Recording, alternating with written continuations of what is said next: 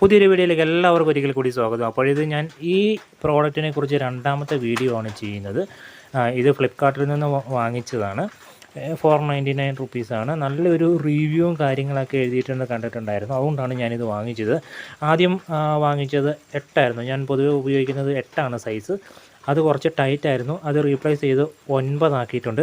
പിന്നെ ഇത് ഞാൻ റീഫണ്ട് കൊടുത്തിരിക്കുകയാണ്. റീഫണ്ട് ഇപ്പോൾ തന്നെ ആയിട്ടുണ്ട്. അത് അക്സെപ്റ്റ് ആകുന്നുണ്ട്. എന്തുകൊണ്ടാണ് റീഫണ്ട് കൊടുക്കുന്നത് എന്താണെന്ന് വെച്ചിട്ടുണ്ടെങ്കിൽ, ഇതെല്ലാം നല്ല പ്രോഡക്റ്റൊക്കെയാണ്. നല്ല സോഫ്റ്റൊക്കെ ഉണ്ട്, നല്ല ഫിനിഷിംഗ് ഉണ്ട്, അടിപൊളിയാണ് സംഭവങ്ങളൊക്കെ. ഇത് രണ്ടാമത് വന്നതിൽ ശ്രദ്ധിക്കുകയാണെങ്കിൽ, ഇവിടെ ആദ്യം വന്നതിൽ കമ്പനീൻ്റെ പ്രിൻ്റ് ഇവിടെ ഉണ്ടായിരുന്നു.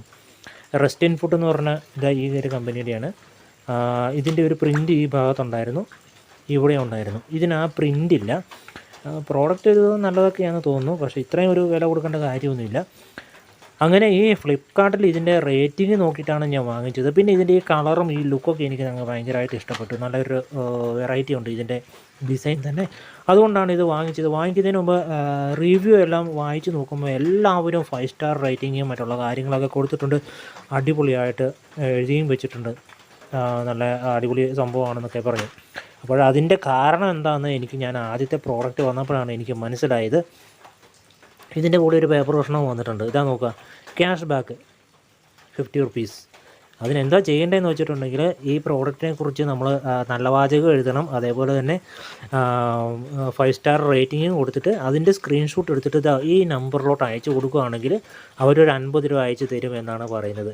അപ്പോൾ 50 രൂപ കിട്ടാൻ വേണ്ടിയാണ് എല്ലാവരും 5 സ്റ്റാർ റേറ്റിംഗ് കൊടുത്തിരിക്കുന്നത്. അതിൽ ഞാനെല്ലാം വായിച്ച് നോക്കി, ഒരാൾ പോലും മോശമായിട്ടൊന്നും പറയുന്നില്ല. എല്ലാവരും 5 സ്റ്റാർ റേറ്റിങ്ങും അടിപൊളിയാണെന്നൊക്കെ പറയുന്നുണ്ട്. സംഭവം ഒക്കെ തന്നെയാണ്. നല്ല സോഫ്റ്റ് ഉണ്ട്,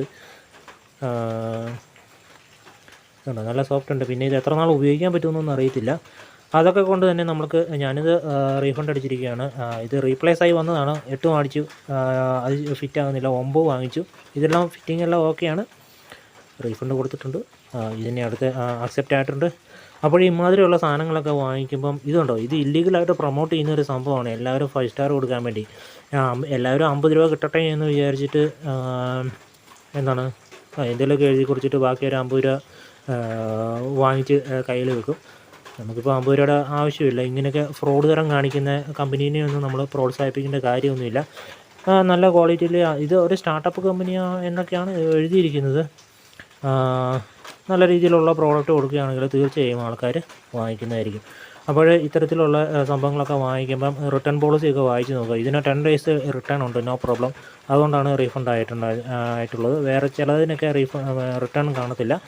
അതുകൊണ്ട് തന്നെ നമുക്ക് വേറെ പ്രശ്നങ്ങളൊന്നുമില്ല. ഇതിപ്പം റിട്ടേൺ ആക്കുന്നുണ്ട്. നമുക്ക് ഇതിന് ശേഷം വേറൊരു ബ്രാൻഡ് വാങ്ങിച്ച് നോക്കാവുന്നതാണ്. അപ്പോൾ ഇത്തരത്തിലുള്ള സാധനങ്ങളൊക്കെ വാങ്ങിക്കുമ്പോൾ എല്ലാവരും ഒന്ന് ശ്രദ്ധിക്കുന്നത് നന്നായിരിക്കും.